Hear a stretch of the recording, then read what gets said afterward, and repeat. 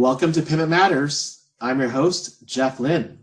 Thanks for tuning in. On the show, we talk about the ever-changing landscape of healthcare payments and the impacts to healthcare payers, providers, and consumers. You can follow the conversation on Twitter at #PaymentMatters and follow me at Jeff B. Lin. I'm excited today. My guest today for today's episode is Aimee Trepiccione.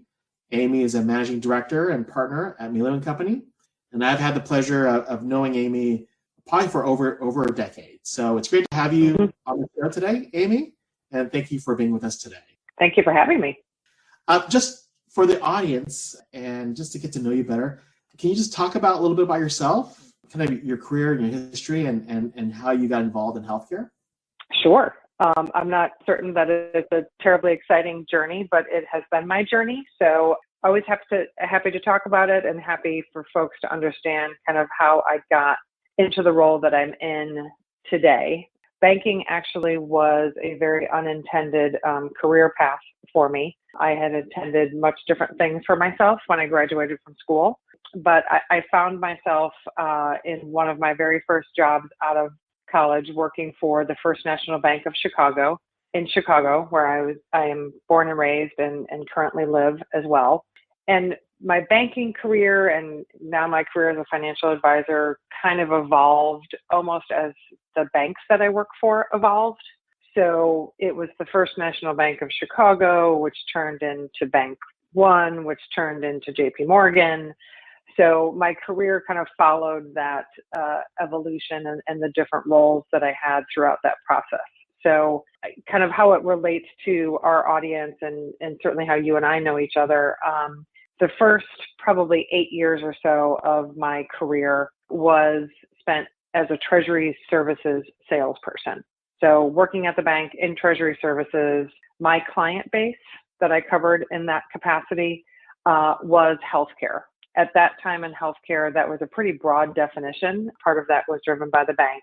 So that was a combination of health systems, physician practices. It even included the payer side as well as pharmacy benefit managers.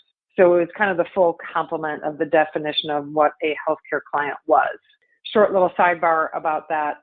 Coming into banking and coming into healthcare certainly was an interesting space.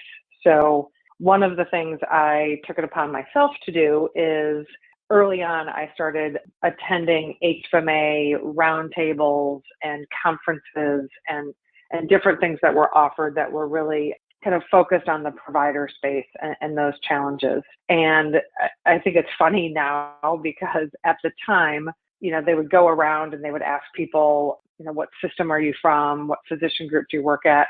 They would get to me and I'd say, well, I work at First Chicago or I work at Bank One. And the reaction back at that point in time was, why would a banker be at a healthcare conference? So the market has certainly changed over the last 25 years. And as you can appreciate, sometimes at some of these conferences, most of the people are actually bankers. So that landscape has certainly changed. But back to kind of what got me to this point and how I evolved into becoming a healthcare financial advisor. It was really as Bank One and JP Morgan merged. It was the opportunity for me to take on a bit of a more strategic role within JP Morgan. They had formed specialized industries with a very specific healthcare segment, and I had the opportunity to work within that healthcare segment. And really, my role was to go out with my partners in other lines of business that also covered healthcare, sit with clients, talk to them about their most pressing operational challenges. As you can appreciate, most of those challenges were in the revenue cycle area. So I would sit with clients and we would have a conversation about what's working, what's not. Of the things that aren't working, is it a process or is it a product? If it's a process, how do we re-engineer it? If it's a product, does JP Morgan offer it? If not, should we buy it? Should we build it? Should we partner to get it? So that was my role at JP Morgan, and that was a perfect transition for me to come into healthcare financial advisory. And basically, to put it in a very simplistic view, I kind of do the exact same thing. I sit with clients all across the country and I ask them what's working and what's not. But now I have the ability to go out into the marketplace and really determine how to fill any of these functional gaps or how to find solutions for clients to those most pressing operational challenges. I want to just double click on what you just said earlier, which is you've had experiences in banking, selling treasury products, and involvement in healthcare. If there's someone in banking going, why is there a need to go specialize in healthcare, or someone in healthcare and trying to understand the involvement of banking, how would you explain or share sort of the nuances that you see that maybe only existed within the intersection of banking and healthcare that you don't see in other industries? The interesting question, and I kind of had some component of this conversation actually already this morning. And the way I would position it, which I hope will make sense, is I have found that there's kind of two groups. We have finance people who happen to be in healthcare, and there are healthcare people who happen to be in finance. It's not better or worse, depending on kind of which group that you're in, but there are distinct nuances to each of those things. So when I look at things from the lens of a healthcare person in finance, I think a lot of times that is really focused on a lot of the things that make healthcare unique in terms of the way money is collected, the way things are billed, the way services are delivered. And I think with that also comes a realization of how complex it is, how inefficient it is, the non-standard standard that we've just all come to accept in healthcare. So I think, a healthcare person in finance deals with a lot of things that people from other industries come into and say, well, why do you do it that way? And, why aren't you collecting up front? And why aren't you, I don't walk out of a store with a sweater and, I never have to pay for it. Like, it doesn't work that way. So I think that's kind of healthcare in finance. Then when I look at, I'm in finance and I happen to also be in healthcare, I think, again, it tends to try and shift the emphasis from the non-standard standard to standardization, to efficiency, to using products and solutions that other industries utilize quite heavily to streamline things, to reduce costs, to do some of these things, and saying, look, I get that I came from a large retailer and now I'm sitting in a health system in finance, but I'm going to take some of the things I learned by working for a large retailer and I'm going to apply that to healthcare. And I think somewhere between those two strategies, you end up somewhere in the middle where the finance person in healthcare has to recognize what makes healthcare inefficient today. And the healthcare person in finance needs to start to look at some of those other solutions in the marketplace that can help them streamline where they can. So I think that's kind of where banking and healthcare converge, and where you say, my colleague over here who has a large corporate client is selling these products and services and they're put to good use. Is there something about that I can leverage for my healthcare client to solve a problem that's unique to their industry? You've been in healthcare for 25 years and been involved in this, I'll call it the ever-changing industry of healthcare. Now, I'll say that what happened in the last 25 years, but also what happened in the last 3 or 4 years, where the pandemic shifted and changed a lot of the hospitals you're probably working with. And post-pandemic, I think things are changing right now as is, with even the macroeconomic conditions and what's going on with the environment. What are you hearing from your clients that have had to deal with the swings of the healthcare environment, and how are they reacting? What are they doing to address these market challenges that have really impacted their business and what they're doing day to day? What's your impression of how they're reacting to this? Sure. So I think one of the benefits of having been in the healthcare space for as long as I have, and I'm a baby compared to a lot of folks. I think one of the benefits, quite honestly, is I think a lot of the health system staff across the country, quite honestly, I feel like people who have come into healthcare stay in healthcare in some form or fashion for most of their careers for a lot of different reasons. And I think part of my response is going to be what's happened over the last couple of years in certain ways is unprecedented, but healthcare continues to have ebbs and flows over time. From the financial perspective, we've been here before. So folks who have been in this industry for a really long time have dealt with these ebbs and flows over that period of time and have learned to adapt.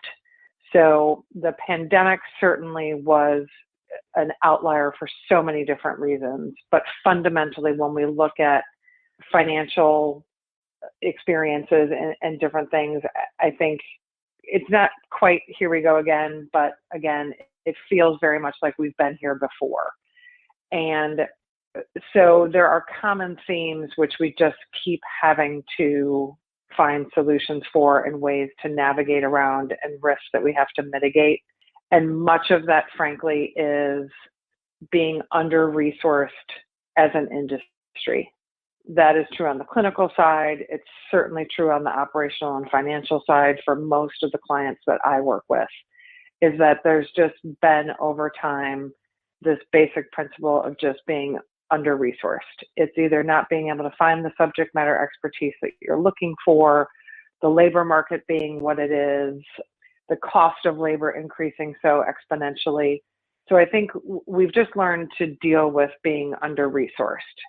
And so what does that mean? How do I actually adapt to that? And part of it is I just have had to build a platform where I can do more with less. I'm never going to have the number of FTEs that I think I should have. And so how do I navigate around that? Of course, the ways to address much of that is standardization, and it's also optimizing the electronic platform, whatever that may be. If that's on the revenue cycle side, it's ensuring that there's a constant effort around driving to ERA, EFT, putting all of those tools in place to ensure that you are reducing the amount of manual intervention your teams have to do because there's just not enough people for the amount of work that has to be done. So on the revenue cycle side, it's obviously driving a lot of that to electronic. It's the same if we're talking about the accounts payable side, if we're talking about working capital optimization across the board, again, reducing what we refer to certainly post-pandemic as place-specific solutions. So things that require a person to be there. A prime example of that is check printing, right? Or anything that you can imagine that requires a piece of paper for a workflow to be able to continue. So looking at those place-specific types of challenges and saying, I can't have a process where it requires a body, it requires somebody to kick off a job, it requires somebody to come in and work with the mail or do any of those things.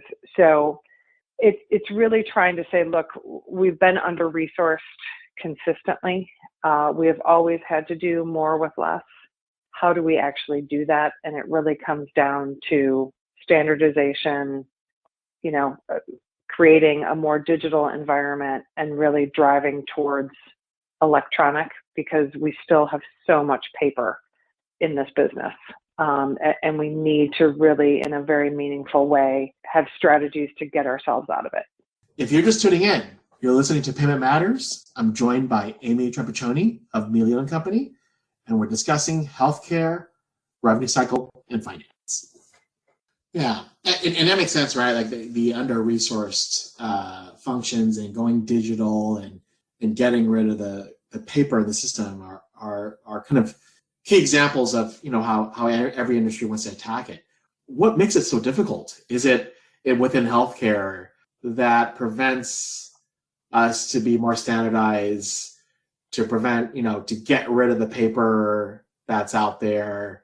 What's your perspective on, are there any unique challenges that you see that exist within healthcare that you don't see in other industries that prevent that from happening faster or at a better scale? So I think it's going to sound like the easiest answer, but I really think this is the thing. I think this is the key challenge, is standardization. When I look at the revenue cycle processes in particular, I find that not everyone is optimizing every opportunity in the working capital space, but that is more, again, a resource issue and just we would love to do that, we just can't get to it. But in the revenue cycle space, the clients that have such a diligent process around trying to constantly strive to get more and more and more electronic, even if they threw all of their resources at it, they eventually run up against the wall that is the standard. And we have all had to deal with the non-standard standard forever. So I think solidly we can get to a place where the large commercial insurers that make up probably about 80% of most of the clients' insurance revenue, I think most of that is electronic. Most of that is ERA, EFT. Most of that is coming into the clients directly through clearinghouse relationships, or if it is being funneled through a bank, that's usually just kind of a pass-through. And that's great. We used to be very excited when we could work with a client and help get them to 80-85% electronic on the commercial insurance side. I think we're still, for years, have been in this 10 to 15% space that represents everything that's non-standard.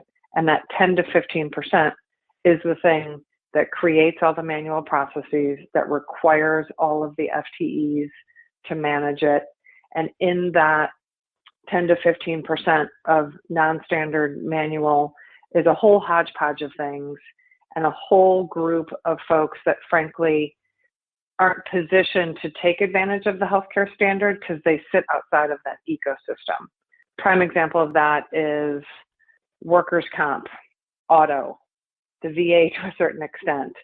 So the processes around just managing those payers, because they sit outside the ecosystem and they sit outside of the standard, I'm going to get a piece of paper and I need something to do with this piece of paper.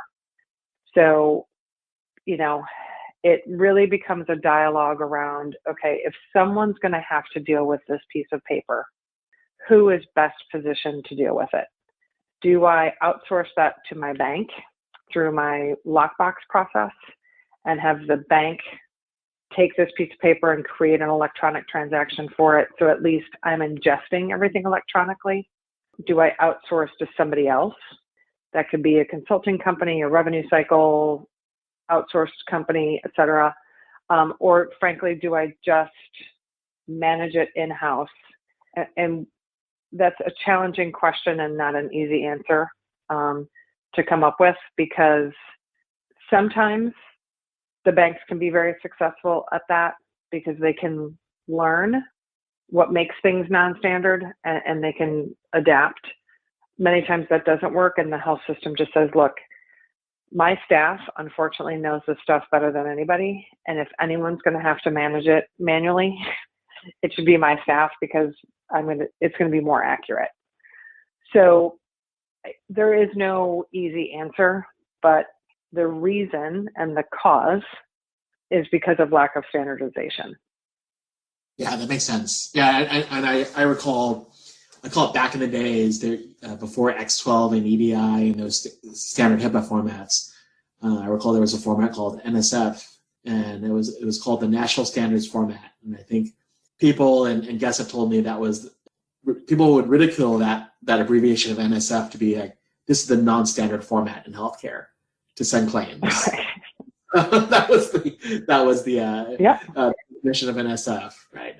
That's how you actually send claims out there. So, it's interesting as I kind of hear you talk about lack of standardization and so on, and it's in the last 15%, that creates all the burden on, I'll call it the entire ecosystem. Mm-hmm. How do you think this can be solved? Is this a kind of a battle at each hospital or provider doing this? Do you think what's your view about how the government plays in this? What's your view about, is there even a solution for this?